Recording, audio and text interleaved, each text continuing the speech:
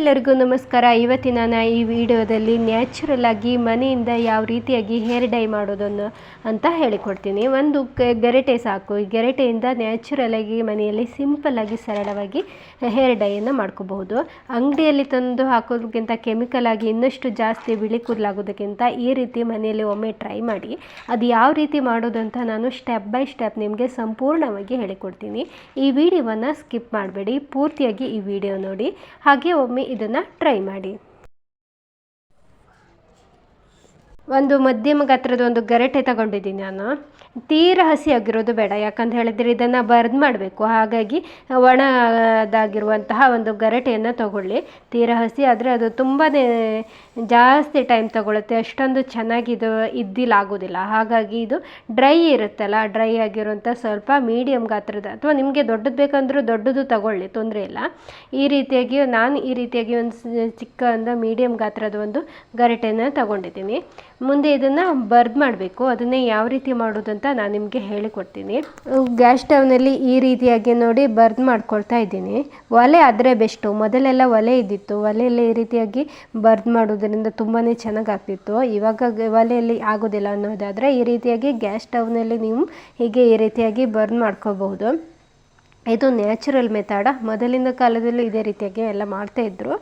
ಈ ರೀತಿಯಾಗಿ ಎಲ್ಲ ಕಡೆಯೂ ನೀವು ಒಂದು ಇಕ್ಕಳ ತಗೊಳ್ಳಿ. ಇಕ್ಕಳ ತಗೊಂಡು ಎಲ್ಲ ರೀತಿಯಲ್ಲೂ ಸೈಡಲ್ಲೂ ಇದು ಮಾಡಿ ಮುಚ್ಚುತ್ತಾ ಇರಬೇಕಾಗತ್ತೆ. ಯಾಕೆಂದರೆ ಇದೇ ಒಂದೇ ಸೈಡಲ್ಲಿ ನೀವು ಇದು ಮಾಡೋದ್ರಿಂದ ಅದು ಬೆಂಕಿಯಿಂದ ಎಲ್ಲ ಕಡೆಯೂ ಇದು ಹೊತ್ಕೊಳ್ಳೋದಿಲ್ಲ. ನೀವು ಎಷ್ಟು ಕೂಡ ಸುಡೋಲ್ಲವರೆಗೂ ಇದನ್ನು ಬೆಂಕಿಯಲ್ಲೇ ಇಡಬೇಕು ಅಂತ ಏನಿಲ್ಲ.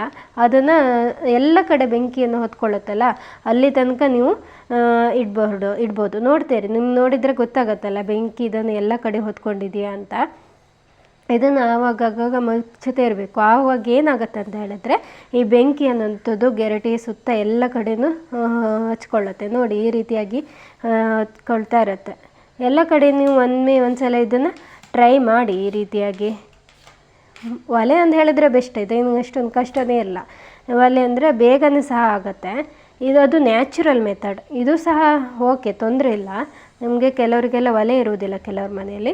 ಆವಾಗ ಏನಂತ ಹೇಳಿದರೆ ಇದು ಗ್ಯಾಸಲ್ಲಿ ಕೂಡ ನೀವು ಟ್ರೈ ಮಾಡ್ಬೋದು. ನೋಡಿ, ಈ ರೀತಿಯಾಗಿ ನೋಡಿ ಎಲ್ಲ ಕಡೆಯೂ ಇವಾಗ ಎಲ್ಲ ಕಡೆಯೂ ಬೆಂಕಿನ ಹೊತ್ಕೊಳ್ತು. ಇದನ್ನು ಈ ರೀತಿಯಾಗಿ ನೋಡಿ, ಈ ಸ್ಟೆಪ್ ಬಂದಾಗ ಎಲ್ಲ ಕಡೆಯೂ ನೀವು ಬೆಂಕಿ ಇದು ಹೊತ್ಕೊಂಡಾಗ ಅದನ್ನು ತಗೊಳ್ಳಿ. ಇಕ್ಕಳದಲ್ಲಿ ಅದನ್ನು ತಗೊಂಡು ಯಾವುದಾದ್ರೂ ಒಂದು ಬೇಡದೇ ಇರುವಂತಹ ಒಂದು ನಾನಿಲ್ಲಿ ಒಂದು ತವ ತೊಗೊಂಡಿದ್ದೀನಿ. ಅದರಲ್ಲಿ ಇದನ್ನು ಹಾಕ್ತಾಯಿದ್ದೀನಿ. ಇದನ್ನು ಪೂರ್ತಿಯಾಗಿ ಇದು ಸುಟ್ಟು ಹೋಗೋ ತನಕ ಅದು ಹಾಗೆ ಇರಲಿ. ಅದಕ್ಕೊಂದು ಸ್ವಲ್ಪ ಅಷ್ಟು ಟೈಮ್ ಬೇಕಾಗುತ್ತೆ. ನೋಡಿ, ಇದು ಸ್ವಲ್ಪ ಹೊತ್ತು ಟೈಮ್ ಬಿಡಬೇಕು. ತುಂಬ ಅಂದರೆ ಕಾಲು ಗಂಟೆ, ಅರ್ಧ ಗಂಟೆ ಟೈಮ್ ಬಿಟ್ಟಾಗ ಈ ರೀತಿ ಆಗುತ್ತೆ. ಅರ್ಧ ಗಂಟೆ ಟೈಮ್ ಬಿಟ್ಟರೆ ತುಂಬಾ ಒಳ್ಳೆಯದು. ಈ ರೀತಿ ಆದಾಗ ಇದನ್ನು ಪುಡಿ ಮಾಡ್ಕೋಬೇಕಾಗತ್ತೆ. ಮಿಕ್ಸಿಯಲ್ಲಿ ಹಾಕಿ ನುಣ್ಣಗೆ ಪುಡಿ ಮಾಡ್ಕೊಂಡ್ರೆ ಒಳ್ಳೆಯದು. ಕೆಲವರು ಮಿಕ್ಸಿಯಲ್ಲಿ ಮಾಡ್ಕೋತಾರೆ, ಕೆಲವರು ಈ ರೀತಿಯಾಗಿ ಪುಡಿ ಮಾಡ್ಕೋತಾರೆ.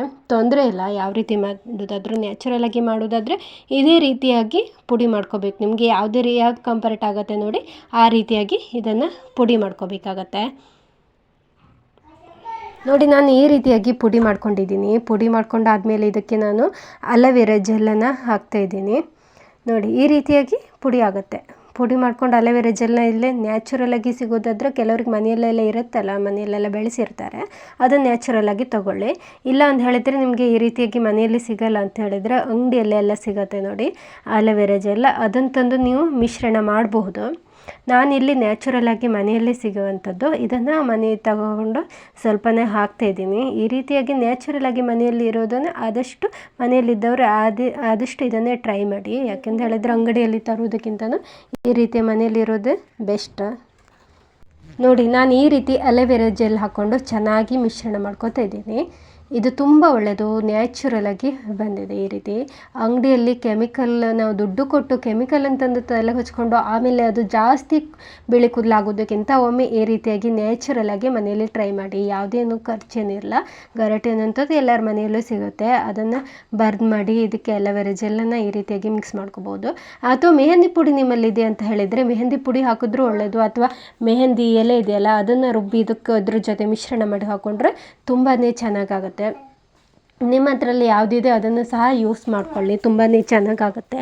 ಹಾಗೆ ನೋಡಿ ಇದನ್ನು ಯಾವ ರೀತಿ ಹಚ್ಚೋದು ಅಂತ ಹೇಳಿದರೆ, ಇದನ್ನು ತಲೆಗೆ ಹಚ್ಚಿ ಅಂದರೆ ಹೇಳಿದರೆ ಬ್ರಷ್ ಇರುತ್ತಲ್ಲ, ಓಲ್ಡ್ ಬ್ರಷ್, ಆ ಬ್ರಷಿಂದ ನಿಮ್ಮ ತಲೆ ಕೂದಲಿಗೆ ಎಲ್ಲೆಲ್ಲ ಬಿಳಿ ಕೂದಲು ಜಾಸ್ತಿ ಇದೆ ಅಲ್ಲೆಲ್ಲ ನೀವು ಈ ರೀತಿಯಾಗಿ ಹಾಕ್ಕೋಬೇಕಾಗುತ್ತೆ. ಚೆನ್ನಾಗಿ ಇಲ್ಲಿ ಪೇಸ್ಟನ್ನು ಇದನ್ನು ಹಾಕ್ಕೊಂಡಾದಮೇಲೆ ನೆಕ್ಸ್ಟ್ ನೀವು ಇನ್ನು ಅರ್ಧ ಗಂಟೆ ಬಿಟ್ಟು ಇನ್ನು ತಲೆಯನ್ನು ವಾಶ್ ಮಾಡ್ಕೋಬೇಕಾಗುತ್ತೆ. ತುಂಬಾ ಒಳ್ಳೆಯದು, ಯಾವುದೇ ರೀತಿಯ ಒಂದು ಕೆಮಿಕಲ್ ಇರಲ್ಲ, ತಲೆಗೆ ಕೂದಲಿಗೆ ಯಾವುದೇ ರೀತಿಯಾದ ಡ್ಯಾಮೇಜ್ ಆಗಲ್ಲ.